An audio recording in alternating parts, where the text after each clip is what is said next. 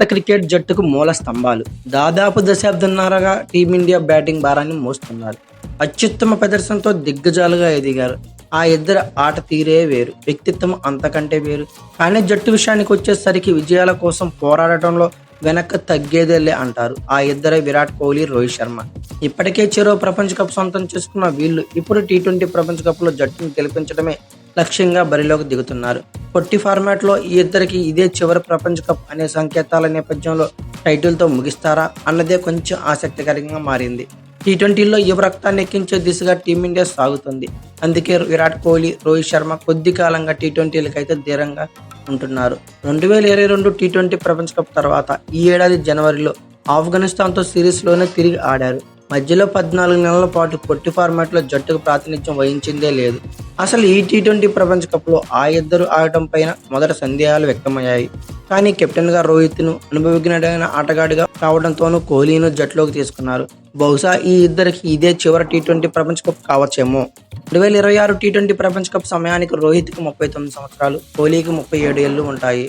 ఆ తర్వాత ఏడాది 2027 వన్డే ప్రపంచ కప్ ఉండటంతో దానిపై దృష్టి పెట్టి కోహ్లీ, రోహిత్ టీ20 ప్రపంచ కప్ నుంచి తప్పుకునే అవకాశాలు అయితే ఉన్నాయి. టీ20 ప్రపంచ కప్ కోహ్లీ ఎంపికను కొంతమంది ప్రశ్నించారు. కానీ టీ20 ప్రపంచ కప్లో కోహ్లీ ప్రదర్శన చూస్తే ఎవరు ఈ మాట అయితే అనరు.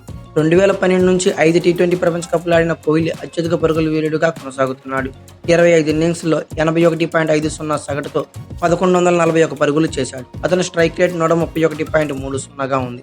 2011 వన్డే ప్రపంచ కప్ గెలిచిన టీమిండియాలో సభ్యుడైన కోహ్లీ ఆ తర్వాత ఆటగాడిగా, కెప్టెన్గా మరో కప్పు కోసం ప్రయత్నించినా ఫలితం దక్కలేదు. ఇక 2014 టీ20 ప్రపంచ కప్లో ఒంటి చేత్తో జట్టును ఫైనల్కు చేర్చిన తుదిపోరులో నిరాశే ఎదురైంది. అప్పుడు 319 పరుగులతో కోహ్లీ సత్తా చాటాడు. ఒక ప్రపంచ కప్లో అత్యధిక పరుగులు చేసిన ఆటగాడిగా రికార్డు సృష్టించాడు.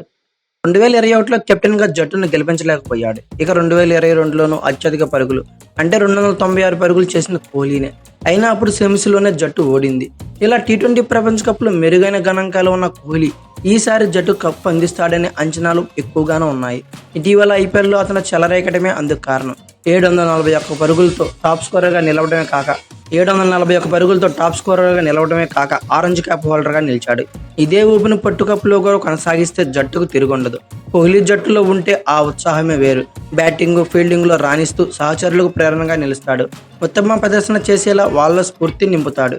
ఇప్పటికే ఒకసారి టీ20 ప్రపంచ కప్ 2027 ఖాతాలో వేసుకున్న రోహిత్ శర్మ ఇప్పుడు రెండో దానిపై కన్నేశాడు. కెప్టెన్గా కప్పును అందుకోవాలనే లక్ష్యంతో ఉన్నాడు.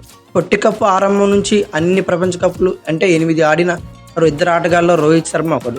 మరొకరేమో బంగ్లాదేశ్ ఆల్రౌండర్ షకీబ్ అల్ హసన్.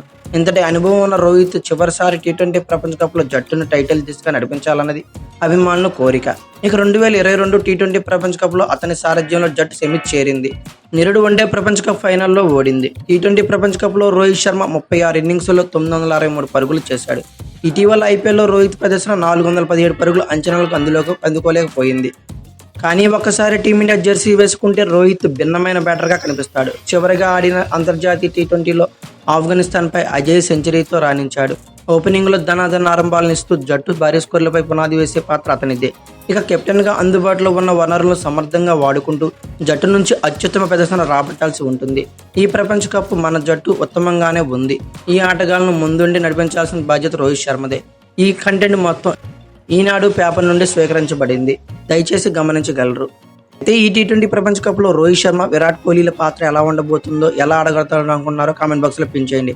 అలాగే ఈ వీడియో కనుక మీకు నచ్చినట్లయితే like, share, comment plus subscribe చేసుకోండి. పక్కనే ఉన్న బెల్ ఐకాన్ అక్కడ మాత్రం మర్చిపోకండి. Thank you for watching. Have a nice day.